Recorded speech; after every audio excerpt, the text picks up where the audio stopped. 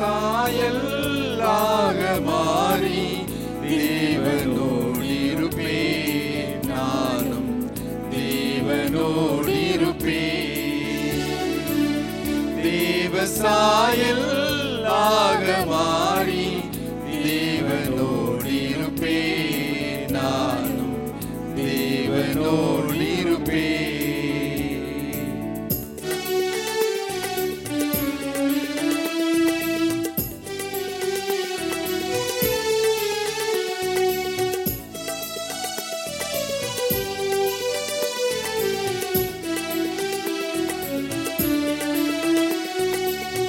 அந்த நாளும் நெருங்கிடுதே, அதிவிரைவா நிறைவேறுதே. அந்த நாளும் நெருங்கிடுதே, அதிவிரைவா நிறைவேறுதே. மண்ணின் சாயலை நான் களைந்தேத்தம் விண்ணவர் சாயல் அடைவே. விண்ணவர் சாயல் அடைவே. தேவ சாயலாக மாறி தேவனோடிருப்பேன். நானும் தேவனோடிருப்பேன்.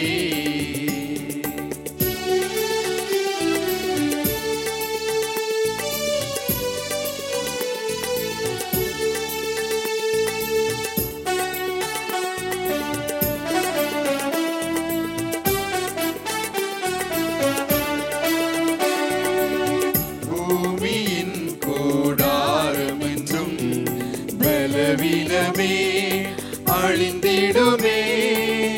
பூமியின் கூடாரம் என்றும் பலவீனமே அழிந்திடுமே. கைவேலை அல்லாத பொன் வீடு கண்டடைந்து வாழ்ந்திடுவே.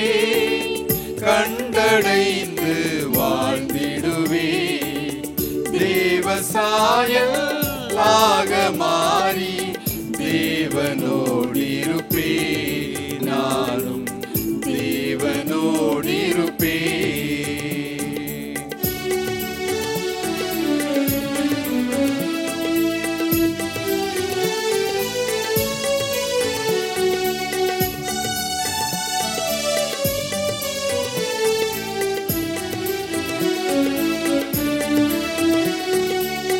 காத்திருந்து ஜெபிப்பதனால் கழுகு போல பறந்தெழும்பி.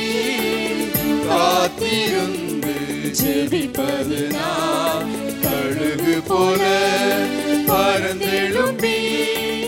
ஜீவ யாத்திரை ஓடி முடித்து ஜீவ கிரீடம் பெற்றிடுவே. ஜீவ கிரீடம் பெற்றிடுவே. தேவ சாயலாக மாறி தேவனோடிருப்பேன். நானும் தேவனோடிருப்பேன்.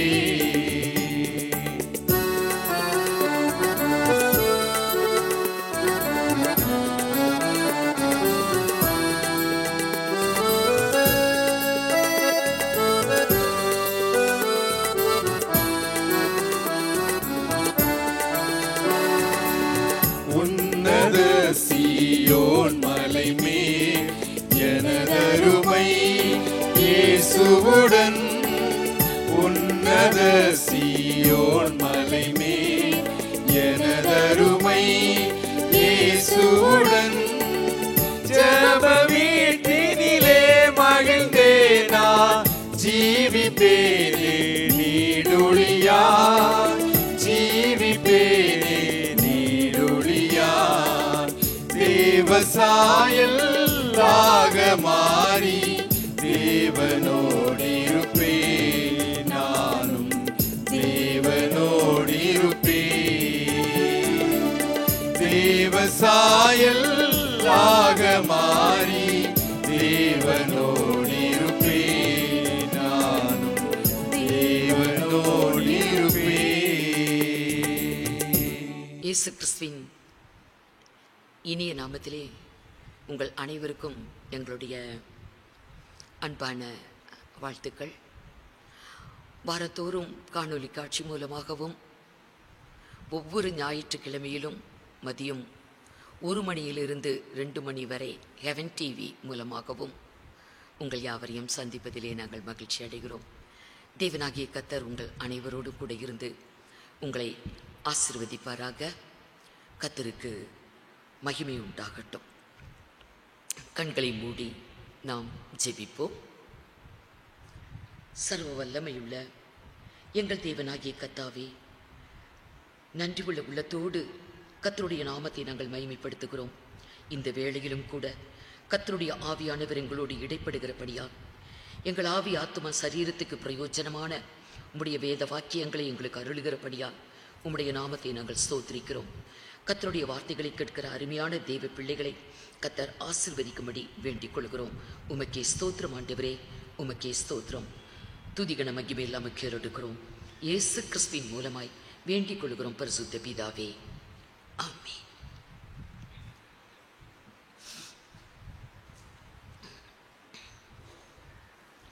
யோவான் சுவிசேஷம் 11ஆம் அதிகாரம் 40வது வசனத்தை வாசிக்க கேட்கலாம். யோவான் சுவிசேஷம் 11ஆம் அதிகாரம் 40வது வசனம். இயேசு அவளை நோக்கி, நீ விசுவாசித்தால் தேவனுடைய மகிமையை காண்பாய் என்று நான் உனக்கு சொல்லவில்லையா என்றார். கர்த்தருடைய பரிசுத்தமுள்ள நாமத்துக்கு மகிமை உண்டாகட்டும். ஆண்டவராகிய இயேசு கிறிஸ்து மார்த்தாள் இடத்துல சொன்ன ஒரு அருமையான வார்த்தை, நீ விசுவாசித்தால் தேவனுடைய மகிமையை காண்பாய். நீ விசுவாசித்தால் தேவனுடைய மகிமையை காண்பாய் என்று நான் உனக்கு சொல்லவில்லையா என்றார்.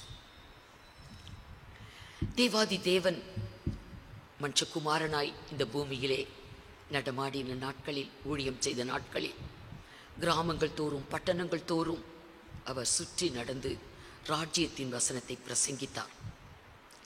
ஒவ்வொரு கிராமங்களுக்கும் போவார். பெத்தானியா என்ற ஒரு கிராமத்துக்கு அவர் வரும் பொழுது மார்த்தாளுடைய வீட்டுக்கு போவார். மார்த்தாள் அவரை அன்போடு தன் வீட்டுக்கு அழைத்திருந்தார். மார்த்தாள் வீட்டில் மார்த்தாள், மரியாள், லாசரு என்ற 3 சகோதர சகோதரிகள். கர்த்தர் அந்த 3 பேரிடத்திலும், மார்த்தாளிடத்திலும், மரியாளிடத்திலும், லாசருவிடத்திலும் அன்பாயிருந்தார் என்று வேதத்தில் எழுதப்பட்டிருக்கிறது. ஒரு நாளிலே லாசரு வியாதிப்பட்டான். அப்பொழுது மார்த்தாள் மரியாள் சொல்லிவிடுறாங்க, நீ சிநேகிக்கிறவன், நீ அன்பு கூறுகிற அந்த லாசரு வியாதியாய் இருக்கிறான், மரணத்துக்கு சமீபமாய் இருக்கிறான் என்று சொல்லி அனுப்புகிறாங்க. கர்த்தருக்கு அந்த செய்தி வந்தபோது கர்த்தர் சொல்லுவார், இது அவனுக்கு மரணத்துக்கு ஏதுவானது அல்ல, இது தேவனுடைய நாம மகிமைக்காக, இதில் குமாரனும் மகிமைப்படுவார், இது மகிமைக்கு ஏதுவாய். அநேக வியாதிகள் பலவீனங்கள் கூட அப்படித்தான். நம்முடைய பாவமோ நம்ம பெற்றோர் செய்த பாவமோ அல்ல, தேவனுடைய நாமம் மகிமைப்படுவதற்காக சில வியாதிகள், மரணக்கட்டுகள், மரணம் நேரிடுகிறது போல அப்படியெல்லாம் நேரிடும். அப்படிதான் கர்த்தருடைய நாம மகிமைக்காய் லாசரு மரணத்துக்கு ஏதுவாய் அவன் காணப்படுகிறான்.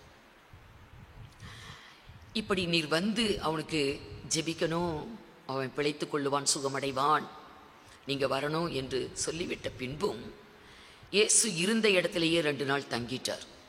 அதன் பிறகுதான் புறப்பட்டு வருகிறார். அது உள்ளுக்கு லாசரு மரித்து 4 நாள் ஆயிற்று. இப்ப இயேசு வருகிறார் என்றால் பெத்தானியா கிராமத்துக்குள்ள வரல, அவர் வெளியே ஒரு இடத்துல நிற்கிறார். அதை கேள்விப்பட்டு மார்த்தாள் போவா. ஆண்டவரை, நீர் மாத்திரம் இருந்திருந்தால் என் சகோதரன் மரித்திருக்க மாட்டான். கர்த்தர் சொல்வார், இப்பயும் நீ விசுவாசி, அவன் உயிர்த்தெழுவான். அப்ப சொல்லுவான், ஆமா ஆண்டவரே, உயிர்த்தெழுதலின் நாளிலே என் சகோதரன் உயிரோடு எழுந்திருப்பான் என்பது எனக்கு தெரியும் அப்படின்பா. மரியாளை வர சொல்லுவார். போதகர் உன்னை அழைக்கிறார். மரியாள் இயேசுவிடத்தில் வந்த பொழுது அவளும் அதைத்தான் சொல்லுவா, போதகரே நீர் மட்டும் இருந்திருந்தீரானால் என் சகோதரன் மரித்திருக்க மாட்டான். மரியாள், மார்த்தாள், கூட வந்த யூதர்கள் எல்லாரும் அழறாங்க. இயேசுவும் அழுதார், கண்ணீர் விட்டார். மார்த்தாள் இடத்துல கர்த்தர் சொல்லுகிற வார்த்தை, அந்த கல்லறை எங்க இருக்குது அனு எல்லாரும் போறாங்க. இயேசு கிறிஸ்து அங்கே போகிறார். அந்த கல்லை புரட்டி தள்ளுங்கள், அந்த கல்லை எடுத்து போடுங்க என்று சொன்ன பொழுது மார்த்தாள் சொல்லுவா, ஆண்டவரே 4 நாள் ஆயிற்று, நாருமே.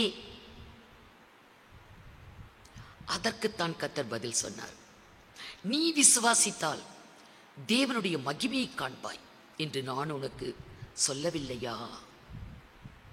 நீ விசுவாசித்தால் தேவனுடைய மகிமையை காண்பாய். கர்த்தர் நம்ம எல்லாருக்குமே தம்முடைய மகிமையை விளங்கச் செய்ய அவர் விருப்பமாயிருக்கிறார், சித்தமாயிருக்கிறார். நம்ம விசுவாசித்தால் போதும். நம்முடைய விசுவாசம் கர்த்தருடைய மகிமையை எல்லாருமே பார்க்க முடியும். பிதாவை நோக்கி இயேசு ஜெபித்தார். கல்லறை கிட்ட போன உடனே பிதாவை நோக்கி ஜெபிக்கிறார். ஜெபித்து விட்டு உரத்த சத்தமிட்டு, லாசருவே வெளியே வா என்றார். மரித்தவன் பிரேத சிலையின் கட்டுகளோட கூடியே வெளியே வரான். கட்டுகளை அவிழ்த்து விடுங்கள் என்று சொல்லுவார். இப்ப நினைத்து பார்க்கலாம், நம்ம கொஞ்சம் சிந்தித்து பார்த்தால், ஆண்டவராகிய இயேசுவை இப்பொழுது பார்க்கும் பொழுது மரியாளுக்கும் சரி, மார்த்தாளுக்கும் சரி, எல்லாருக்குமே சரி, எப்படி இருந்திருக்கும்? மகிமையாய் இயேசுவை மகிமையாய் தரிசிக்கிறாங்க, கர்த்தருடைய மகிமையை பார்க்கிறாங்க. நான் இதை பற்றி சிந்திக்கும் போது என்னோட வாழ்க்கையில் நடந்த ஒரு காரியம் எனக்கு ஞாபகம் வரும். எப்படின்னா, நான் படித்து கொண்டிருந்த நாட்களில் முதலாக ஆண்டவராகிய இயேசுவை குறித்து நான் கேள்விப்பட்ட அந்த நாட்களில், அவர் உண்மையான தெய்வம் அப்படின்னு சொல்லியிருக்காங்க. அதை நான் தெரிந்து கொண்ட நாட்களில் நான் இன்னும் இயேசுவை ஏற்றுக்கொள்ளலை, இயேசு கிறிஸ்து எனக்குள்ளேயும் வரல. கேள்விப்பட்ட படித்து கொண்டிருந்த நாட்களில் நான் கேள்விப்பட்ட காரியம். அப்போ நான் ஒரு இரவில் ஒரு கனவு பார்க்குறேன். ஒரு கனவு என்றால், யாரோ என்னை கொண்டு போய் அப்படியே சமுத்திர தண்ணி மேலே நிறுத்தி வச்சிடுறாங்க. சமுத்திரம்னா இங்கே வந்து கன்னியாகுமரி டிஸ்ட்ரிக்ட் வந்த பிறகு தான் சமுத்திரமே தெரியும். அங்கே நம்ம இருந்ததெல்லாம் ஆனமலை ஹில்ஸு, அங்கே மலைப்பாங்கான இடம். சமுத்திரம்லாம் பார்த்ததே கிடையாது. ஏன்னா அது தண்ணி மேலே நிறுத்தி வைக்கிறாங்க. நான் ஒரு தண்ணி மேலே நின்று கொண்டு இருக்கிறேன். அப்போ மேலே பார்த்தா வானம் திறந்து ஏதோ ஒன்று கீழே இறங்கி வர மாதிரி தோணுது. அது என் கிட்ட வரும்போது அது ஒரு உள்ளங்கை. அந்த கையில் நடுவில் வந்து ஒரு பெரிய தழும்பு இருக்கிற ஒரு கை. ஆனால் எனக்கு இயேசு சிலுவையில் அறையப்பட்டு அவருடைய கைகள் ஆணிகளால் கடாவப்பட்டது அப்படியெல்லாம் தெரியாது, கேள்விப்படவே இல்லை. ஏன்னா பைபிளே தெரியாது, கிறிஸ்தவர்களும் அல்ல, பரம்பரையா இந்துக்கள். அந்த கை வந்து தண்ணி மேலே நிற்கிற என்னோட தலையில் வச்சு அப்படியே புஷ் பண்ணி விட்டுருச்சு, அப்படியே அமுக்கி விட்டுருச்சு. தண்ணிக்குள்ள நான் அப்படியே மூழ்கிட்டேன். அப்புறம் அந்த கை தண்ணி மேலேருந்து எடுத்துக்கொள்ளப்பட்டது. நானும் திரும்பியும் மேலே வந்துட்டேன், வந்து தண்ணி மேலே நிற்கிறேன். அந்த கை அப்படியே இந்த திறந்த வானத்துக்குள்ள அந்த கை அப்படியே போயிடுச்சு. அப்படியே திடுக்குன்னு அப்படி நான் விழிச்சிட்டேன். இது ஒரு கனவு தான். அப்போ எனக்கு அந்த காலேஜில் படிச்சுட்டு இருக்கிறேன், போன புதுசு, ரொம்ப க்ளோஸான ஃப்ரெண்ட்ஸ் எல்லாம் இல்லை, யாருக்கிட்டேயும் சொல்லலை. ஒரு 2 மாதங்கள் கடந்து போய் விட்டது. அப்போது என் கூட இருக்கிற ஃப்ரெண்ட்ஸுங்க கொஞ்சம் பேரெல்லாம் கிறிஸ்தவங்க. அவங்க சர்ச்சுக்கு போகும்போது நானும் ஒரு நாள் அவங்களோட கூட போனேன். அது இப்போ நான் இருக்கிற இதே சபை தான். அங்கே வந்தப்போ ஆலயத்துக்குள்ள பாஸ்டர் உட்காந்துருந்தாங்க. அவர் கொஞ்சம் கருப்பாக இருப்பாங்க, ஸ்லிம்மாக இருப்பாங்க, ஒரு லுங்கியும் ஒரு பனியனும் போட்டுட்டு அங்கே ஒரு ஈசி சேரில் உட்காந்து அப்படியே ப்ரேயரில் இருந்திருப்பாங்களா இருக்கும். அப்போ நாங்கள்லாம் சர்ச்சுக்குள்ளே போனோம். போகும்போது எல்லாருமே அவரை விஷ் பண்ணுறாங்க. அப்போ என் கூட இருக்கிற என் ஃப்ரெண்ட்ஸ் எல்லாம் சொன்னாங்க, அவர் தான் பாஸ்டர். அப்போ நான் பாஸ்டர் அப்படின்னு ஒன்று நான் நினச்சேன். பாஸ்டர் அப்படின்னா இது கலெக்டர் மாதிரி, ஒரு பெரிய டாக்டர் மாதிரி, அப்படியே ஒரு ஜட்ஜு, லாயர்ஸ், இப்படியெல்லாம் பெரிய பெரிய நிலைமையில் இருக்கிறவங்களாம் எப்படி இருப்பாங்களோ அதுபோல் பாஸ்டர் அப்படின்னா ஒரு கம்பீரமான தோற்றத்தோடு இருப்பார். அப்படி நான் நினச்சிருந்தேன். எனக்கு தெரியாது, பாஸ்டர்ஸ் அப்படியெல்லாம் பார்த்ததில்லை. இன்றைக்கி தான் முதனா சர்ச்சுக்கும் வரேன், அந்த பாஸ்டரையும் பார்க்குறேன். அப்படியே அவரை அற்பமாக என்னோட பார்வைக்கு ஒரு அற்பமாக தோணுது. நான் நினச்ச மாதிரி இல்லை. ஆனால் அவர் இவ்வளோ பிள்ளைங்க இருக்கும்போது என்னைய மாத்திரம் 10 கேர்ள்ஸ் போயிருக்கோம், என்ன மாத்திரம் பாயிண்ட் பண்ணினேன். 10 15 கேர்ள்ஸோ தெரில, நாங்கள் போயிருக்கோம். என்னைய மட்டும் இப்படி பாயிண்ட் பண்ணி சொன்னார். 2 மாதத்துக்கு முன்னாடி நீ ஒரு கனவு பார்த்த, வானம் திறக்கப்பட்டு கர்த்தருடைய கை உன் மீது வந்து அமர்ந்து தண்ணிக்குள்ளே மூழ்க வச்சது போல் ஒரு கனவு பார்த்த, அதான் நீ எடுக்க வேண்டிய ஞானசானம், அப்போ தான் இயேசு உனக்குள் வருவார் அப்படின்னு சொன்னாரே. அந்த கொஞ்ச நேரத்துக்குள்ளே என் மனநலம் மாறிச்சு பாருங்க. நான் அவரை எவ்வளவு இவரா பாஸ்டர் அப்படின்னு எவ்வளோ அற்பமாக நினைச்சனோ, அடுத்த செகண்டே எனக்கு இந்த சொப்பனத்தை சொன்ன உடனே நான் பார்த்தது எப்படி இவருக்கு தெரியும், எப்படி தெரியும்? ஏன்னா இந்த கேர்ள்ஸ்கிட்டெல்லாம் நான் சொன்னதும் இல்லை. எனக்கு அவரை பார்க்கும்போது இவர் தான் இயேசுவாக இருப்பாரோன்னு நினச்சேன். இவர் தான் இயேசு, இயேசு இவராக தான் இருக்கும். எப்படி நான் பார்த்தது இவருக்கு தெரிய வந்தது. அப்படியே என்னோட கண்ணுக்கு அந்த அற்பமான அந்த தோற்றமே தெரியல. எனக்கு இயேசு இவராக தான் இருக்கும் அப்படின்னு நான் நினச்ச பாருங்க. இன்றைக்கு மார்த்தாள் அப்படிதான். ஏன்னா அடிக்கடி வீட்டுக்கு வருவார் இயேசு கிறிஸ்து.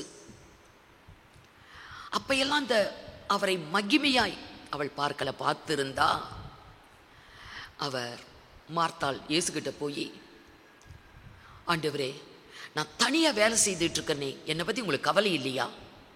என் சகோதரி உங்கள் பாதப்படியில் உட்காந்து, மரியாள் உங்கள் பாதப்படியில் உட்காந்துக்கிட்டு இருக்கா, நான் தனியாக வேலை செய்கிறேன், என்னை பற்றி உங்களுக்கு கவலை இல்லையா என்று அவள் கேட்கணுமா இருந்தா. அப்போ அவள் இயேசு கிறிஸ்துவோட எவ்வளோ க்ளோஸாக அவங்க வீட்டுக்கு வந்துட்டு போனதுனால பழகியிருக்காங்க. அந்த மகிமை என்பது அப்போ அவளுக்கு தெரியல. மார்த்தாள் மரியாள் வீட்டுக்கு வராங்க. வந்த உடனே இயேசு கிறிஸ்து ராஜ்யத்தின் வசனத்தை பேச ஆரம்பிச்சிட்டார். மரியாள் பாதப்படியில் உட்கார்ந்து கேட்டுக்கொண்டு இருக்கிறார். மார்த்தாளோ பற்பல வேலைகளை செய்வதில் அவள் வருத்தப்பட்டு, ஒரு வேளை போதகர் வந்திருக்கிறாரு, அவருக்கு நல்ல சாப்பாடு செய்து கொடுக்கணும்னு நினச்சிருப்பா. சகோதரி உதவி செய்யலை, அதனால் அவள் கோபம், வருத்தத்தினால அவள் போய் கர்த்தரிடத்துல பேசுவா பாருங்க. லூக்கா 10ஆம் அதிகாரம் 40வது வசனம்.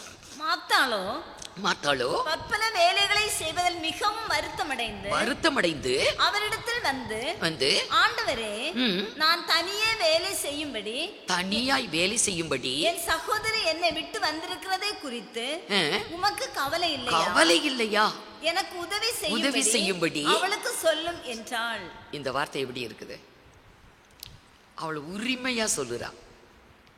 ஏன்னா அவர்களிடத்தில் அன்பு கூர்ந்திருந்தார். இந்த 2 சகோதரிகள் சகோதரனிடத்துல 3 பேரிடத்திலும் அன்பு கூர்ந்தார். அதனால உரிமையா அவ சொல்றான்.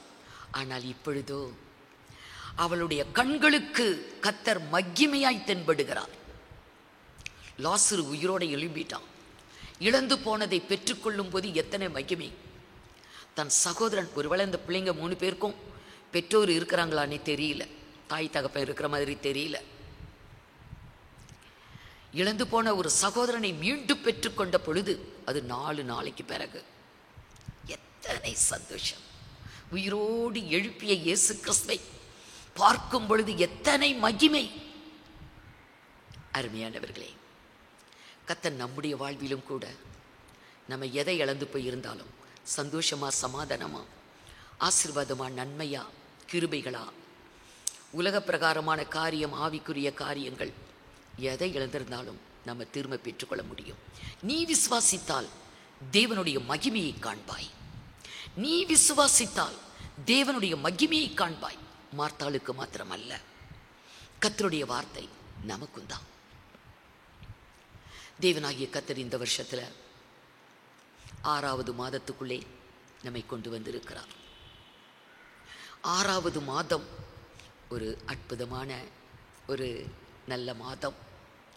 6வது மாதத்திலே ஆபக்குக் கர்த்தரை நோக்கி வேண்டிக் கொண்டான், வருஷங்களின் நடுவிலே உம்முடைய கிரியைகளை உயிர்ப்பியும், வருஷங்களின் நடுவிலே அதை விளங்க பண்ணும், நீர் கோபம் கொண்டாலும் இரக்கத்தை நினைத்தருளும் என்று சொல்லி கர்த்தரிடத்தில் அவன் ஜெபித்தான்.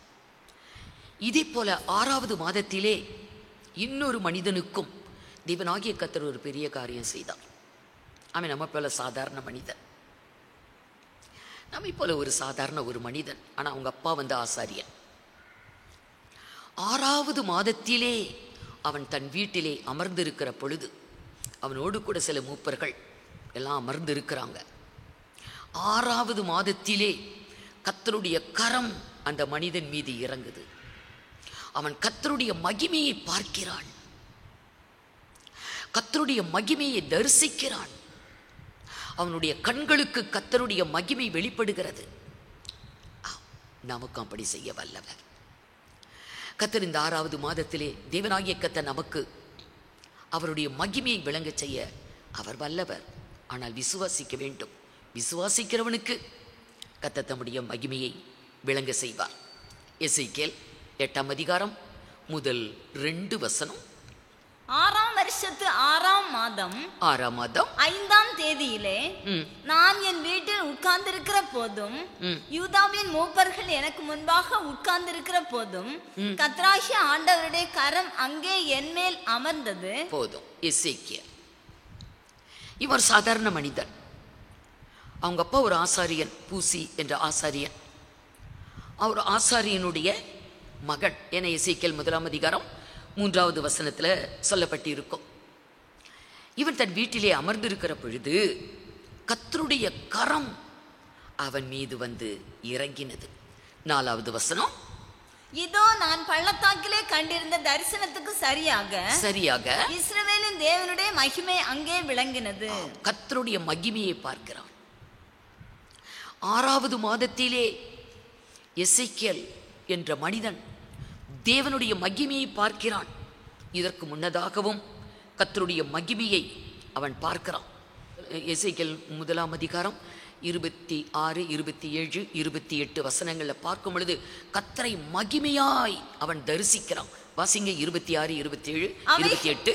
அவைகளின் தலைகளுக்கு மேலுள்ள மண்டலத்தின் மீதில் நீல ரத்தினம் போல விளங்கும் ஒரு சிங்காசனத்தின் சாயலும், அந்த சிங்காசனத்தின் சாயலின் மேல் மனுஷ சாயலுக்கு ஒத்த ஒரு சாயலும் இருந்தது. அவருடைய இடுப்பாக காணப்பட்டது முதல் மேலெல்லாம் உட்புறம் சுற்றிலும் அக்கினிமயமான சொகுசாவின் நிறமாய் இருக்க கண்டேன். அவருடைய இடுப்பாக காணப்பட்டது முதல் கீழெல்லாம் அக்கினிமயமாகவும் அதை சுற்றிலும் பிரகாசமாகவும் இருக்க கண்டேன். மழை பெய்யும் நாளில் மேகத்தில் வானவில் எப்படி காணப்படுமோ அப்படியே சுற்றிலும் உள்ள அந்த பிரகாசம் காணப்பட்டது. இதுவே கர்த்தருடைய மகிமையின் சாயலுக்குரிய தரிசனமாய் இருந்தது. கர்த்தருடைய மகிமையின் சாயல். 6வது மாதத்திலும் இந்த மனிதன் தேவனுடைய மகிமையின் சாயலை அவன் பார்க்கிறான். அருமையானவர்களே, நம்ம விசுவாசிப்போம். வாழ்க்கையில் நம்ம சோர்ந்து போயிட்டோமா, தோண்டு போயிட்டோமா, கவலைப்பட வேண்டாம். கர்த்தரை விசுவாசிப்போம்.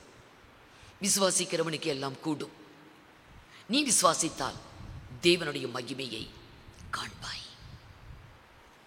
நீ விசுவாசித்தால் தேவனுடைய மகிமையை காண்பாய்.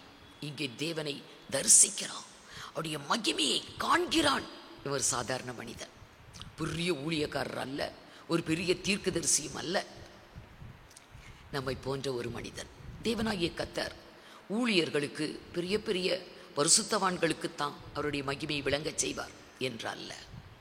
உண்மையாய் அவரை விசுவாசித்தால் போதும், நம்முடைய கண்களுக்கு அவர் தென்படுவார். அவருடைய மகிமையை நம்முடைய வாழ்விலே நம்ம பார்ப்போம், ருசிப்போம், அனுபவிப்போம். கர்த்தர் நல்லவர். நான் ஒரு சிறு பிள்ளையா ஒரு 8ஆம் கிளாஸ் படிச்சுக்கிட்டு இருக்கிறேன். அந்த வேளையில் எங்களுக்கெல்லாம் தெய்வம் அப்படிங்கிறது எந்த தெய்வமும் தெரியாது, எங்கேயும் போனதில்லை. பரம்பரை இந்துக்கள் என்றாலும் இந்து கோயிலுக்கெல்லாம் போனதே கிடையாது. எங்களுடைய பெற்றோர் அங்கேயெல்லாம் எங்கேயுமே அழைச்சிட்டு போனதில்லை. படிக்கணும் படிக்கணும் படிக்கணும், உலகத்தில் ஒரு உயர்வான நிலைமையில் இருக்கணும், அந்த ஒரு காரியத்தை சொல்லி எங்களை வளர்த்தாங்க. 8ஆம் கிளாஸ் படிக்கிறேன். இனி ரிசல்ட் நாளைக்கு வரப்போகுது. அடுத்து 9th ஸ்டாண்டர்ட் போகணும். அப்போ நினைக்கிறேன், நான் அப்போ முந்தின நாள் உட்காந்து யோசிக்கிறேன், நாளைக்கு ரிசல்ட் வரும். அப்போ இயேசுவை தெரியாது, எல்லாரும் சொல்கிற மாதிரி கடவுளே அப்படி தான் சொல்ல தெரியும். கடவுளே நாளைக்கு ரிசல்ட் வரும், நான் ஃபெயில் ஆயிட்டா நான் உயிரோடு இருக்கவே மாட்டேன், நான் செத்துருவேன், நான் கட்டாயம் நான் செத்துருவேன், நான் உயிரோடு இருக்கவே மாட்டேன், கடவுளே என்னை காப்பாற்றுங்க கடவுளே அப்படின்னு நான் மனசில் நினச்சிக்கிட்டு உட்காந்துட்டு இருந்தேன். ஏன் அப்படின்னா, எனக்கு ஒரு 3-4ஆம் கிளாஸ் படிக்கும்போது ஒரு நாள் மழைக்காலம், நல்ல மழை, இடி மின்னல். சாயங்காலம் ஸ்கூல் முடித்து வந்தோடனே என்னோட கையில் ஒரு பாத்திரம் இருந்துச்சு பாருங்க, அதில் தண்ணி எடுத்துக்கிட்டு இருக்கேன். அந்த காப்பர்லான செம்பு பாத்திரம். அந்த மின்னல் என் மேலே பாஞ்சிருச்சு, பட்டுருச்சு. அப்படியே ஒன்றும் இல்லாமல் அப்படி பிரம்மை ஆயிட்டேன். பல்லு 2 அப்படி கட்டிருச்சு, உதட நடுவில் மாட்டி இது கட்டாகி அப்படி ரத்தம்லாம் கொட்டிகிட்டு இருக்குது.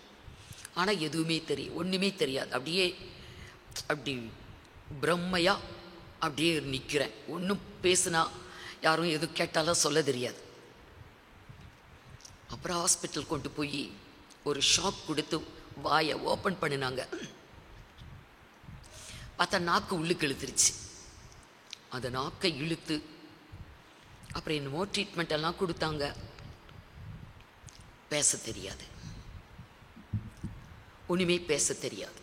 சொல்லி கொடுப்பாங்க அப்பா அம்மா அப்படின்னு சொல்லி கொடுத்தா கொஞ்ச நாளைக்கு பிறகு அப்பா அம்மான்னு சொல்ல தெரியும், சொல்ல முடியும்.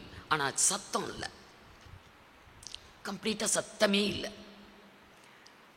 படித்தது எல்லாமே ப்ளீச் ஆகிருச்சு, தலையில் ஒன்றுமே இல்லை, ஒரு பாடமும் தெரியாது. 3ஆம் கிளாஸ் அல்லது 4ஆம் கிளாஸ் இருக்கும்னு நினைக்கிறேன் நான் படிக்கும்போது அப்படி எனக்கு நேரிட்டது. அதுக்கு பிறகு AAEE ABCD அப்புறம் முதலிருந்து படித்து என்னுடைய தகப்பனார் 4ஆம் கிளாஸ்லேயே 4ஆம் கிளாஸ் போகிறதுக்கு அப்பமே HM கிட்ட பேசி எப்படியாவது அடுத்த கிளாஸில் தூக்கி போட்டுருங்க, அதில் போட்டாச்சு. 4ஆம் கிளாஸ் பாடம் எப்படி படிப்பேன்?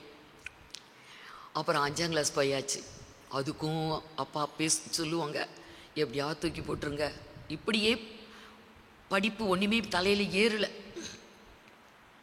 ஒரு 8ஆம் கிளாஸ் போகும்போது எனக்கு கொஞ்சம் அறிவு வருது, எப்படியாவது நம்ம படிக்கணும் படிக்கணும் படிக்கணும் அப்படின்னு நல்லா உட்காந்து படிப்பேன், பயங்கரமாக உட்காந்து படிச்சுட்ருப்பேன், ஹார்ட் ஒர்க் பண்ணுவேன். ஆனால் மார்க்கே வராது. அப்போ என்னுடைய பெற்றோர் சொல்லுவாங்க, படித்தது போதும், நீ படித்தது போதுமா, அதை புக்கை மூடி வைன்னு சொல்லுவாங்க. அந்தளவுக்கு உட்காந்து படிப்பேன். 40 மார்க் வாங்கினா போதும்னு சொல்லுவாங்க என்னோடய பெற்றோர். 35-40 மார்க் பார்டர் மார்க் வாங்கினா போதும்மா, நீ ரொம்ப படிக்க வேண்டான்னு தான் சொல்லுவாங்க. இப்போது 8ஆம் கிளாஸ் முடிச்சிருக்கிறேன், நாளைக்கு ரிசல்ட்டு வரப்போகுது. அப்போ தான் நான் யோசிக்கிறேன், ஆண்டவரே நாளைக்கு ரிசல்ட்டு வரும், நான் ஃபெயில் ஆனா நான் இருக்கவே மாட்டேன், ஃபெயில் ஆனா நான் இருக்க மாட்டேன், ஆண்டவரே செத்துருவேன் அப்படின்னு நினச்சிக்கிட்டு இருக்கும்போது திடீர்னு எனக்கு ஒரு சத்தம் கேட்டது. அது எங்கிருந்து அந்த சத்தம் வந்தது என்று நீ சொல்ல முடியாது பாருங்க. நீ விசுவாசித்தால் தேவனுடைய மகிமையை காண்பாய். எனக்கு இந்த வாக்கியம் ரொம்ப பிடிக்கும். பைபிள் தெரியாத காலம், ஆண்டவரை இயேசுவை அறியாத நாட்கள், சர்ச்சு தெரியாது, ஒன்றுமே தெரியாது, கிறிஸ்தவத்தில் எதுவுமே தெரியாது, ஒன்றுமே அறியாத அந்த நாட்களிலே ஆண்டவராக இயேசு கிறிஸ்து எனக்கு கொடுத்த முதல் வார்த்தை, நீ விசுவாசித்தால் தேவனுடைய மகிமையை காண்பாய். அப்போ எனக்கு இந்த 2 வார்த்தையே தெரியாது, கேள்விப்பட்டதே இல்லை. விசுவாசித்தால் அப்படிங்கிறது படித்ததே இல்லை, பாட புஸ்தகத்தில் வந்த வார்த்தை அல்ல. மகிமையை காண்பாய் அந்த வார்த்தையும் எனக்கு தெரியாது. அதுக்கு முன்னாடி கேள்விப்பட்டதே இல்லை. விசுவாசம், மகிமை தெரியவே தெரியாது. எனக்கு ஆச்சரியமா நான் சுற்றி சுற்றி பார்க்குறேன்.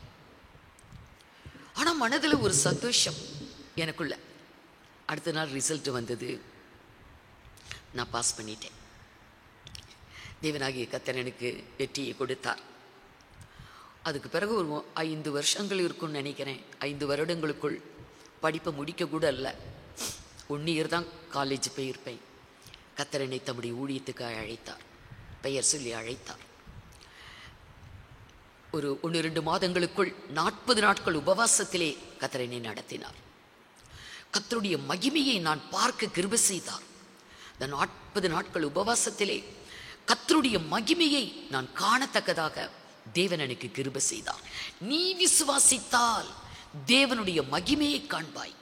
கர்த்தரினுடைய ஊழிய காலங்களில் மகிமையான எவ்வளவோ காரியங்களை எனக்கு செய்தார். கர்த்தருடைய மகிமையை நல்லாவே நான் ருசிக்க எனக்கு தேவன் அனுகிரகம் செய்தார். அப்படிதான் அருமையானவர்களே, கர்த்தருடைய மகிமையை எல்லாரும் பார்க்க முடியும். விசுவாசம் இருந்தால் போதும்.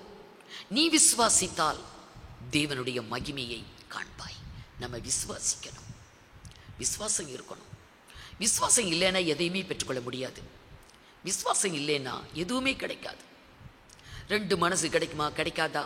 அப்படி இருமனம் உள்ளவன் எதையுமே பெற்றுக்கொள்ள முடியாது அப்படின்னு தான் கர்த்தர் சொன்னார். ஆகவே ஒரே மனது விசுவாசம்.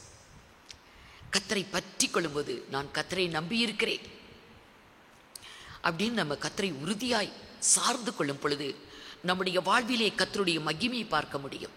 நம்முடைய கண்களுக்கு கர்த்தர் மகிமையாய் தென்படுவார். ஆனால் இன்றைக்கு நம்ம கண்ணுக்கு கர்த்தர் எப்படி தோன்றாரு, தெரிகிறாரு?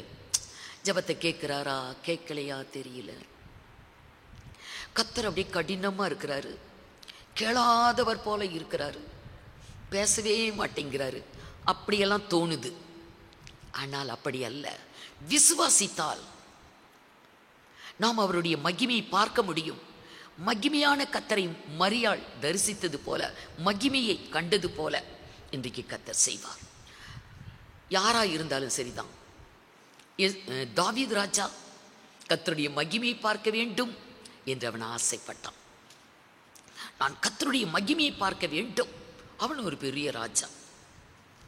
அவனுக்கு எவ்வளோ பொறுப்புகள் இருக்கும், எவ்வளோ வேலைகள் இருக்கும். 12 கோத்திரத்துக்கும் அவன் ராஜா, இஸ்ரவேலின் ராஜா. சங்கீதம் 27:4. கர்த்தரிடத்தில் ஒன்றை நான் கேட்டேன், கர்த்தரிடத்தில் ஒன்றை நான் கேட்டேன், அதையே நாடுவேன், அதையே நாடுவேன். நான் கர்த்தருடைய மகிமையை பார்க்கும்படியாக, கர்த்தருடைய மகிமையை நான் பார்க்கும்படியாகவும், அவருடைய ஆலயத்தில் ஆராய்ச்சி செய்யும்படியாகவும் நான் என் ஜீவனுள்ள நாளெல்லாம் கர்த்தருடைய ஆலயத்தில் தங்கி இருப்பதையே நாடுவேன். பெரிய அரண்மனை வாசி, அரண்மனையில் உட்காந்துருக்கிறான். ஆனால் அவன் எங்கே தங்கணும்னு ஆசைப்படுறான்? கர்த்தருடைய அவருக்கும் அன்னைக்கு கூடாரம் தான் இருந்துச்சு, ஆசரிப்பு கூடாரம். ஒன்றை நான் கேட்டேன். நம்மளுக்கே எவ்வளோ காரியம் இருக்குது கேட்கறதுக்கு. நம்ம ஒரு குடும்பம், ஒரு தம்பதிகள், ஒரு குழந்தை, 2 குழந்தை இருக்கிற நம்முடைய சிறு குடும்பத்துக்கு நம்ம கேட்கறதுக்கு எவ்வளோ காரியங்கள். இவ்வளோ பெரிய ராஜா, 12 கோத்திரத்துக்கும் ராஜா. அவன் கர்த்தரிடத்தில் ஒன்றை தான் கேட்டானாம். ஒன்றை நான் கேட்டேன், அதையே நாடுவேன். அது என்ன? நான் கர்த்தருடைய மகிமையை பார்க்கும்படியாகவும், கர்த்தருடைய ஆலயத்திலே நான் ஆராய்ச்சி செய்யும்படியாகவும், கர்த்தருடைய ஆலயத்தில் தங்கியிருப்பதையே நாடுவேன். எவ்வளோ ஒரு ஆச்சரியமா இருக்கு. ஒரு ராஜாவின் ஆசை, அவனுடைய மன விருப்பம்.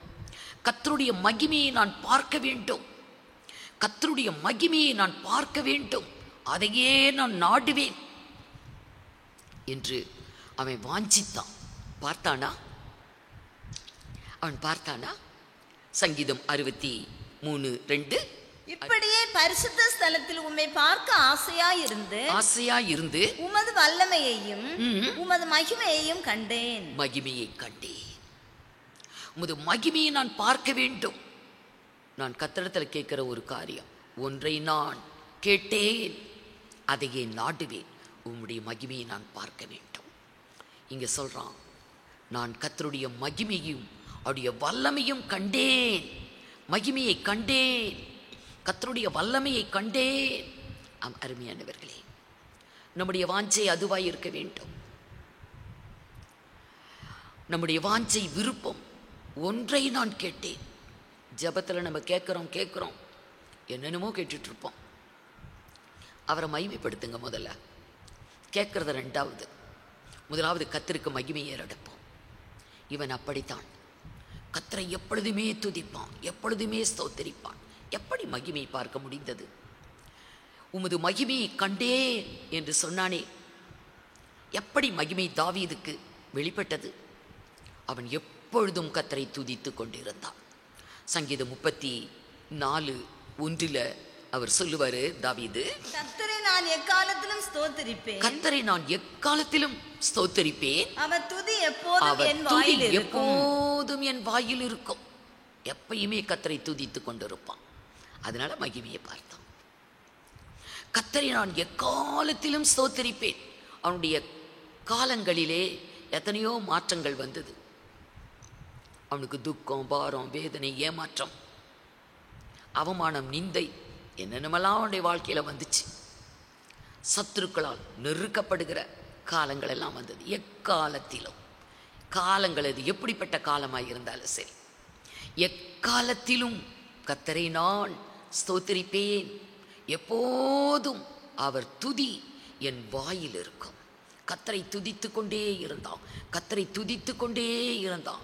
தேவனாகிய கர்த்தரை அவன் மகிமைப்படுத்தி கொண்டே இருந்தான். சங்கீதம் 35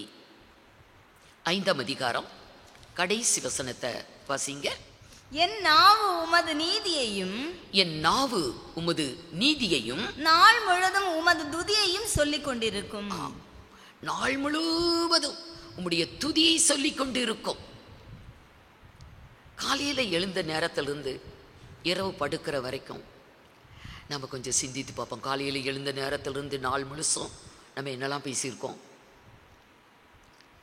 என்னெல்லாம் பண்ணியிருக்கோம் என்று கொஞ்சம் கணக்கு போட்டு பார்த்தா, இதில் எவ்வளவு நேரம் நம்ம கர்த்தரை மகிமைப்படுத்தியிருப்போம், எவ்வளவு நேரம் கர்த்தரை ஸ்தோத்தரித்தோம், எவ்வளவு நேரம் கர்த்தரோடு கூட நம்ம நேரத்தை செலவிட்டோம் அப்படின்னு பார்த்தா ரொம்ப குறைவாக இருக்கும். அதிகமான நேரம் வீணான வார்த்தைகள் பேசினது, வீணான காரியங்களுக்காக பலனை செலவிட்டது தான் அதிகமாக இருக்கும். இவன் சொல்கிறான், ஒரு ராஜா, ஒரு பொறுப்புள்ள ஒரு ராஜா எத்தனை வேலைகள் இருக்கும். அன்றைக்கு ஜட்ஜோட வேலையும் இவங்க தான் பார்க்கணும். வழக்கை விசாரிக்கணும், தீர்ப்பு வழங்கணும், நாட்டை ஆளணும், எல்லாத்தையும் பார்க்கணும், எல்லா வேலைகளும். ஆனால் நாள் முழுவதும் என் நாவு உண்மையே வாசிங்க. என் நாவு உமது நீதியையும், என்னுடைய நாவு உமது நீதியையும் நாள் முழுவதும் உமது துதியையும் சொல்லிக் கொண்டிருக்கும். நாள் முழுவதும் உமது துதியை சொல்லிக் கொண்டே இருக்கும். கர்த்தரை துதித்து கொண்டே இருப்பான், ஸ்தோத்தரித்து கொண்டே இருப்பான், பாட்டு பாடிக்கிட்டே இருப்பான். ஆடி வைக்கும் போதே கர்த்தரின் மேய்ப்பராய் இருக்கிறார், நான் தாழ்ச்சி அடையேன் என்று பாட்டு பாடிக்கிட்டு தான் ஆடுகளை மேய்த்தான். கர்த்தர் ஆடுகளின் பின்னே சென்று அவனை இஸ்ரவேல் ஜனங்களுக்கு ராஜாவாய் உயர்த்தினார். கர்த்தரை மகிமைப்படுத்தி துதித்து துதித்து மேலே போனவன், உயர்ந்த நிலைமைக்கு போனவன் தாவீது. கர்த்தரை துதித்தே வாழ்வில் வெற்றியை பெற்றான், மேன்மையை அடைந்தான், உயர்வை அடைந்தான். தாவீதின் குமாரன் என்றே இயேசு கிறிஸ்துவுக்கு பேர் வருது. அப்படி புகழான நாமம் துதியினால். கர்த்தரை துதித்து துதிக்கிற ஒரு மனிதன் கர்த்தருடைய மகிமையை அவன் பார்க்கிறான். கர்த்தரை துதித்து துதித்து விசுவாசத்தோடு கர்த்தரை துதித்தால் நாம கூட கர்த்தருடைய மகிமையை பார்க்க முடியும். அவன் சொன்னான், 147 சங்கீதம் 1 நம்முடைய வாழ்வுக்கு ஏற்றது, நமக்கு தகுதி அதுதான் ஏற்றது. வாசிங்க. கர்த்தரை துதியுங்கள், கர்த்தரை துதியுங்கள், நம்முடைய தேவனை கீர்த்தனம் பண்ணுகிறது நம்முடைய நல்லது. தேவனை கீர்த்தனம் பண்ணுங்கள், அதுதான் நல்லது. கர்த்தரை துதித்து பாடணும், கர்த்தரை துதித்து பாடணும், கர்த்தரை துதியுங்கள், அது நமக்கு நல்லது. துதித்தலே இன்பமும் ஏற்றதுமாய் இருக்கிறது. நமக்கு ஏற்றது துதித்தலே. கர்த்தரை துதிப்பது அதுதான் நமக்கு நன்மையான காரியம், அது நமக்கு ஏற்ற காரியம், நமக்கு தகுதியான காரியம்.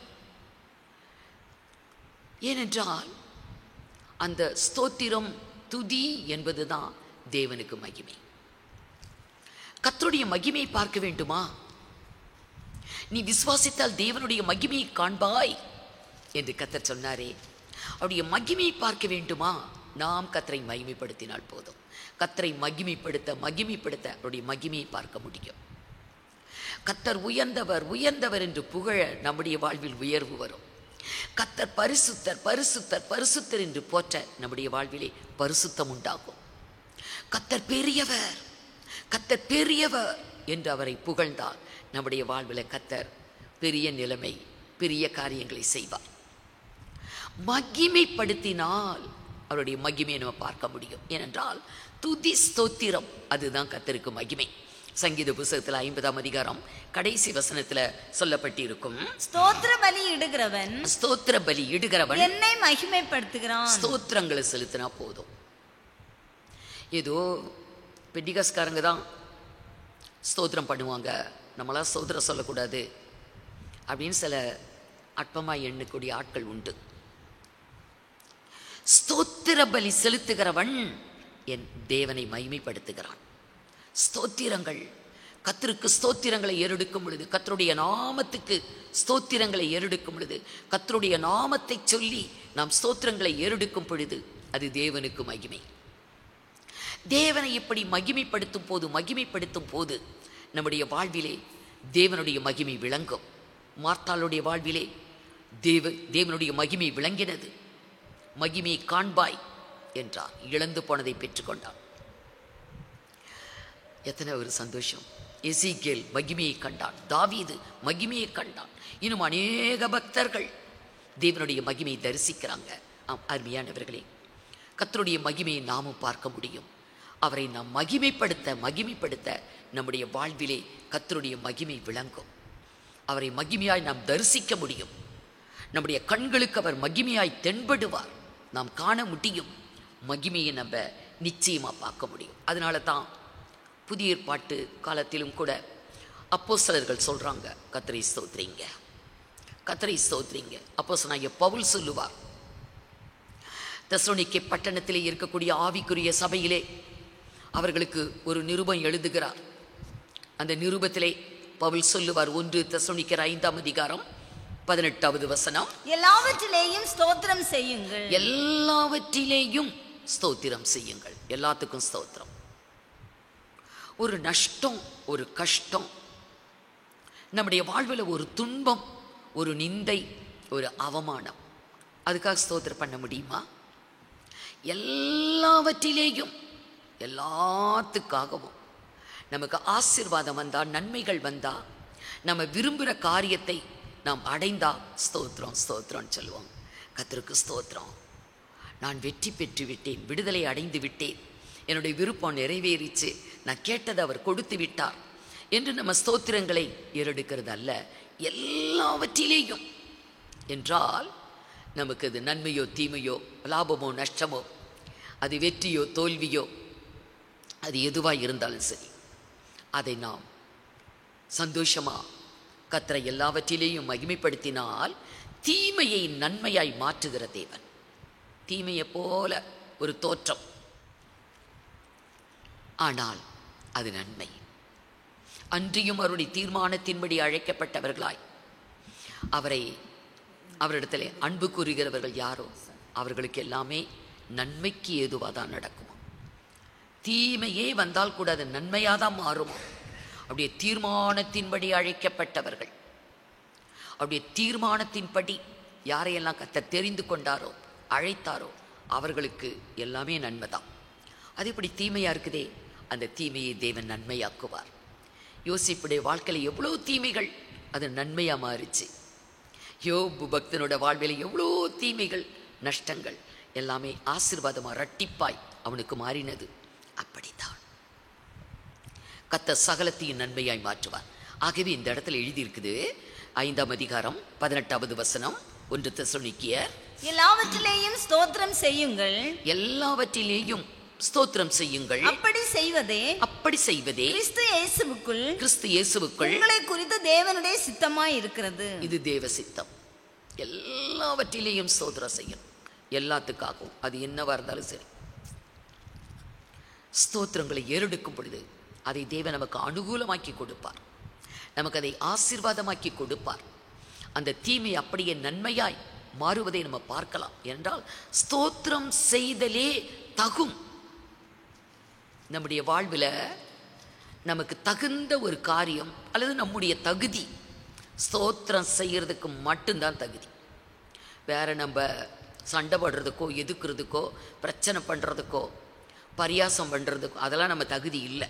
எபேசியர் 5ஆம் அதிகாரம் 4வது வசனத்துல அப்போஸ்தலனாகிய பவுல் சொல்லுவாரு, அப்படியே வம்பும் புத்தியீனமான பேச்சும். வம்பு பண்றதெல்லாம் நமக்கு தகுதி இல்லை. புத்தியீனமான பேச்சு, அறிவில்லாம பேசக்கூடிய வார்த்தைகள், அதெல்லாம் நமக்கு தகுதி இல்லை. இன்றைக்கு தகுதி இல்லை. வசிங்க. பரியாசமும் தகாதவைகள். பரியாசம், ஒருத்தரை மட்டமா ஏளனமா நம்ம கேலி பண்றது, பரியாசம் பண்றது, இதெல்லாம் நமக்கு தகுதி இல்லை. நம்முடைய தகுதி எது? நமக்கு தகுந்தது எது? ஸ்தோத்திரம் செய்தலே தகும். இன்னொரு முழுசா வாசிங்க. அப்படியே வம்பும் புத்தியீனமான பேச்சும் பரியாசமும் தகாதவைகள் ஸ்தோத்திரம் செய்தலே தகும். நம்முடைய தகுதி அதுதான். கர்த்தரை மகிமைப்படுத்துவது, கர்த்தரை ஸ்தோத்திரிப்பது, எல்லா சூழ்நிலையிலும் கர்த்தருக்கு நம்ம மகிமையை எடுத்துக் கொண்டிருந்தால் அதுதான் நமக்கு ஏற்ற காரியம். கர்த்தர் தீமையை நன்மையாக்குவார், குறைவை நிறைவாக்குவார், தேவையை சந்திப்பார். கர்த்தருடைய மகிமையை நாம் பார்க்க முடியும். நீ விசுவாசித்தால் தேவனுடைய மகிமையை காண்பாய். கர்த்தரை விசுவாசித்து கர்த்தரை நம்ம மகிமைப்படுத்தி கொண்டே இருக்கணும். கர்த்தரை துதித்து ஸ்தோத்திரித்து கொண்டே இருக்கணும். கர்த்தர் நம்முடைய வாழ்விலே மகிமையை விளங்கச் செய்வார். கர்த்தருடைய மகிமை எல்லாருமே பார்க்க முடியும், எல்லாரும் பார்க்க முடியும். ஒரு நாளிலே தேவனுடைய ஜனங்கள் எல்லாரும் கர்த்தரை துதித்து பாடினார்கள். இசை கருவிகளை மீட்டு கர்த்தரை துதித்து பாடி ஆர்ப்பரித்து தேவனை மகிமைப்படுத்தினாங்க. கர்த்தருடைய மகிமை விளங்கினது. எல்லாரும் கர்த்தருடைய மகிமையை பார்க்கிறாங்க. 2 நாளாகமம் 5ஆம் அதிகாரம் 13-14 வசனங்களை வாசிங்க. 2 நாளாகமம் 5:13-14. அவர்கள் ஒருமிக்க பூரிகைகளை ஊதி ஏக சத்தமாய் கர்த்தரை துதித்து ஸ்தோத்திரித்து பாடினார்கள். ஏக சத்தமாய், ஒரே சத்தமாய் கர்த்தரை ஸ்தோத்திரித்து, கர்த்தரை துதித்து, கர்த்தரை மகிமைப்படுத்தினார்கள். ஆசாரியர் பரிசுத்த ஸ்தலத்திலிருந்து புறப்படுகையிலும் பாடகர் பூரிகைகள், தாளங்கள், கீத வாத்தியங்களுடைய சத்தத்தை தொனிக்க பண்ணி கர்த்தர் நல்லவர், அவர் கிருபை என்றும் உள்ளது என்று அவரை ஸ்தோத்திரிக்கையிலும், கர்த்தருடைய வீடாகிய தேவாலயம் மேகத்தினால் நிறையப்பட்டது. கர்த்தர் நல்லவர், அவர் கிருபை என்றும் உள்ளது என்று கர்த்தரை மகிமைப்படுத்தி அவரை துதித்து ஸ்தோத்திரித்து பாடல் பாடி இன்னிசை வாத்தியங்களோடு கர்த்தரை மகிமைப்படுத்துறாங்க. அப்படியே மேகம் வந்து தேவாலயத்துல நிரம்புது. அடுத்த வசனம். அந்த மேகத்து நிமித்தம் ஆசாரியர்கள் ஊழியம் செய்து நிற்க கூடாமற் போயிற்று. கர்த்தருடைய மகிமை தேவனுடைய ஆலயத்தை நிரப்பிற்று. கர்த்தருடைய மகிமை ஆலயத்தை அப்படியே நிரப்புது. எல்லாரும் பார்க்கறாங்க. கர்த்தருடைய மகிமை துதித்து பாடிய பொழுது, கர்த்தரை ஸ்தோத்திரித்து மகிமைப்படுத்தின பொழுது கர்த்தருடைய மகிமை வந்து இறங்குது. அப்படிதான் ஆராதனை செய்யணும். ஏக சத்தமாய், ஏக இருதயம், ஏக சிந்தை, ஏக சத்தம், ஒரே மனதோடு கர்த்தரை துதித்து பாடி மகிமைப்படுத்தும் பொழுது ஆராதனையில கர்த்தருடைய மகிமை நிச்சயமாய் இறங்கும். அந்த ஒரு மனம், அந்த ஒரே இருதயம் இருக்கும் பொழுது ஆவியானவருக்கு தடையே இல்லை, அவர் வந்து இறங்குவார். இங்கே கர்த்தரை துதித்து ஸ்தோத்திரித்து மகிமைப்படுத்தி, இது போல சம்பவங்கள் பைபிள்ல நிறைய இடம் பெற்றிருக்கிறது. எங்கெல்லாம் கர்த்தரை ஒரு மனதோடு கர்த்தரை துதித்தார்களோ, ஸ்தோத்திரித்தார்களோ, கர்த்தரை மகிமைப்படுத்தினார்களோ, அந்த இடத்திலெல்லாம் தேவ ஜனங்கள் கர்த்தருடைய மகிமையை பார்த்தார்கள், கர்த்தருடைய வல்லமையை பார்த்தார்கள். தாவீது சொன்னான், கர்த்தருடைய மகிமையும் அவருடைய வல்லமையும் கண்டேன். 63:2 சங்கீதம். இப்படியே பரிசுத்த ஸ்தலத்தில் உம்மை பார்க்க ஆசையாய் இருந்து பரிசுத்த ஸ்தலத்தில் உம்மை பார்க்க ஆசையாய் இருந்து உமது வல்லமையையும் உமது மகிமையையும் கண்டேன். அவருடைய வல்லமையை நம்ம பார்க்க முடியும். நம்முடைய வாழ்க்கையில அவருடைய வல்லமையை ருசிக்க முடியும். அவருடைய மகிமையை பார்க்க முடியும். அவருடைய மகிமையை ருசிக்க முடியும். விசுவாசத்தோடு கூட கர்த்தரை நாம் துதித்து மகிமைப்படுத்தி ஆர்ப்பரித்து அவரை நாம வணங்கும் பொழுது, தொழுது கொள்ளும் பொழுது அவருடைய மகிமை இறங்குது. அவருடைய வல்லமை நம்முடைய வாழ்க்கையில பார்க்க முடியும். எல்லாரும் பார்க்க முடியும். எல்லாருமே கர்த்தருடைய மகிமையை பார்க்க முடியும். லேவியராகமம் 9ஆம் அதிகாரம் 23வது வசனத்துல தேவ ஜனங்கள் அனைவருமே அவருடைய மகிமையை பார்த்தாங்க. எல்லாரோட கண்களுக்கும் கர்த்தருடைய மகிமை தென்பட்டது. லேவியராகமம் 9ஆம் அதிகாரம் 23வது வசனம். பின்பு மோசேயும் ஆரோனும் ஆசரிப்பு கூடாரத்துக்குள் பிரவேசித்து வெளியே வந்து ஜனங்களை ஆசீர்வதித்தார்கள். அப்பொழுது கர்த்தருடைய மகிமை சகல ஜனங்களுக்கும் காணப்பட்டது. தேவ ஊழியர்கள் சபையை ஆசீர்வதிக்கணும். இந்த கடைசியில் உள்ள ஆசீர்வாதம் போடுவாங்களே, அது மாத்திரம் அல்ல, சபையை மனதார ஆசீர்வதிக்கணும். எந்த ஊழியராக இருந்தாலும் சரி, சபை மக்களை, விசுவாசிகளை ஆசீர்வதிக்கணும். கர்த்தருடைய மகிமை அங்கே விளங்கும். எல்லா ஜனங்களுக்கும் விளங்கும். சபையில் எல்லா ஜனங்களும் கர்த்தருடைய மகிமை பார்க்க முடியும், ருசிக்க முடியும், அதை அனுபவிக்க முடியும். இங்கே மோசேயும் ஆரோனும் சபையை ஆசீர்வதிக்கிறாங்க. சபை மக்களை ஆசீர்வதிக்கிறாங்க. கர்த்தருடைய மகிமை இறங்கினது. எல்லா ஜனங்களும் மகிமையை பார்க்கிறாங்க. ஒரு ஊழியர் சபையை ஆசீர்வதிக்கணும். அப்படிதான் ஒரு தகப்பன் தன் பிள்ளைகளை ஆசீர்வதிக்கணும். ஆசீர்வதிக்கிறாங்க இல்லையா?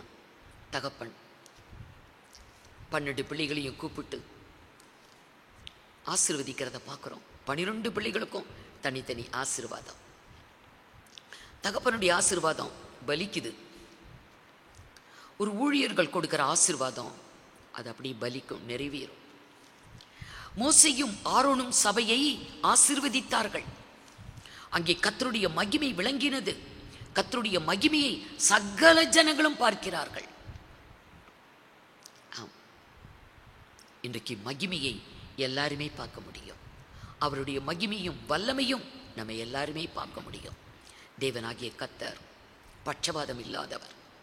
ஒருவனுக்கு மாத்திரம் மகிமையை காண்பித்து ஒருவனுக்கு முடியாதுன்னு சொல்லுகிறவர் அல்ல. அவர் பட்சபாதம் இல்லாதவர். எல்லாருக்காகவும் ஜீவனை கொடுத்தவர், எல்லாருக்காகவும் வந்தவர், தன்னையே கொடுத்தவர். இன்றைக்கு அவரை நமக்காக கொடுத்தார். ரோமருக்கு எழுதின நிருபம் 8ஆம் அதிகாரம் 32வது வசனம். தம்முடைய சொந்த குமாரன் என்றும் பாராமல் நம் எல்லாருக்காகவும் அவரை ஒப்பு கொடுத்தவர் அவரோட கூட மற்ற எல்லாவற்றையும் நமக்கு அருளாதிருப்பது எப்படி? தேவாதி தேவன் தன்னுடைய சொந்த குமாரன் என்றும் பாராமல் அவருடைய ஒரே பேரான குமாரனாகிய இயேசு கிறிஸ்துவை நமக்கு ஒப்பு கொடுத்தார். தன்னுடைய குமாரன் என்றும் பாராமல் ஒப்பு கொடுத்தவர் குமாரனோடு கூட மற்ற எல்லாவற்றையும் அருளாதிருப்பது எப்படி? கட்டாயம் கொடுப்பார். நம்ம எதையுமே இழந்து போக முடியாது. அனைத்தையும் கொடுக்கிற தேவன். விசுவாசிப்போம். கர்த்தரை துதித்து ஸ்தோத்திரித்து அவருடைய நாமத்தை மகிமைப்படுத்துவோம். அநேக பக்தர்கள் தரிசித்தது போல கர்த்தரை மகிமையை நாம் தரிசிக்க முடியும். அவருடைய மகிமையும் வல்லமையும் நம்முடைய வாழ்விலும் விளங்கும். அருமையானவர்களே, சோர்ந்து போகக்கூடாது, துவண்டு போகக்கூடாது. கர்த்தரை துதிப்பதற்கும் ஸ்தோத்திரிப்பதற்கும் மகிமைப்படுத்துவதற்கும் நம்ம தயங்கவே கூடாது. அசதியாக இருக்கவே கூடாது. அலட்சியமாக இருக்கவே கூடாது. உற்சாக மனதோடு தேவனாகிய கர்த்தரை மகிமைப்படுத்தும் பொழுது நம்முடைய வாழ்வில் பெரிய காரியங்களை நிச்சயம் பார்க்க முடியும். தேவனாகிய கர்த்தர் உங்கள் அனைவரையும் ஆசீர்வதிப்பாராக. கண்களை மூடி நாம் ஜெபிப்போம். சர்வ வல்லமையுள்ள எங்கள் தேவனாகிய கர்த்தாவே, நன்றியோடு கர்த்தருடைய நாமத்தை மகிமைப்படுத்துகிறோம். ஆண்டவரே, கர்த்தர் நல்லவர், நீர் மகிமையானவர், மகத்துவமானவர். உமக்கே ஸ்தோத்திரம். உம்முடைய வல்லமையை எங்களுடைய வாழ்விலும் நீர் விளங்க செய்கிறீர். இயேசுவே, அநேக பக்தர்களுக்கு உம்முடைய மகிமையை விளங்க செய்தீரப்பா. இஸ்ரவேலிலே தேவ ஜனங்கள் அனைவரும் உம்முடைய மகிமையை தரிசித்தார்கள். அப்படியே கர்த்தாவே, நாங்கள் உம்மை விசுவாசிக்கிறோம், உம்மை நாங்கள் மகிமைப்படுத்துகிறோம், உம்மை நாங்கள் துதிக்கிறோம், உம்மை நாங்கள் ஸ்தோத்தரிக்கிறோம். ஆண்டவரே, உம்முடைய மகிமையை காண, உம்முடைய மகிமையை நாங்கள் ருசிக்க, உம்முடைய வல்லமையை எங்கள் வாழ்விலே ருசிக்க கிருபை தாரும். உம்முடைய வார்த்தையை கேட்ட அருமையான தேவ பிள்ளைகள் அனைவரையும் கர்த்தர் ஆசீர்வதிக்கும்படி ஜெபிக்கிறேன். உமக்கே மகிமை உண்டாகட்டும். கர்த்தருக்கு ஸ்தோத்திரம், கோடா கோடி ஸ்தோத்திரம். ஆண்டவரே, உமக்கே ஸ்தோத்திரம். துதிகன மகிமை எல்லாம் எடுக்கிறோம். இயேசு கிறிஸ்துவின் மூலமாய் வேண்டிக் கொள்கிறோம் பரிசுத்த பிதாவே, ஆமீன். என் ஆத்துமாவே கர்த்தரை ஸ்தோத்ரி, என் முழுவலமையுடைய பரிசுத்த நாமத்தை ஸ்தோத்ரி. என் ஆத்துமாவே கர்த்தரை ஸ்தோத்ரி, அவர் செய்த சகல உபகாரங்களையும் மறவாதே. ஆமீன்.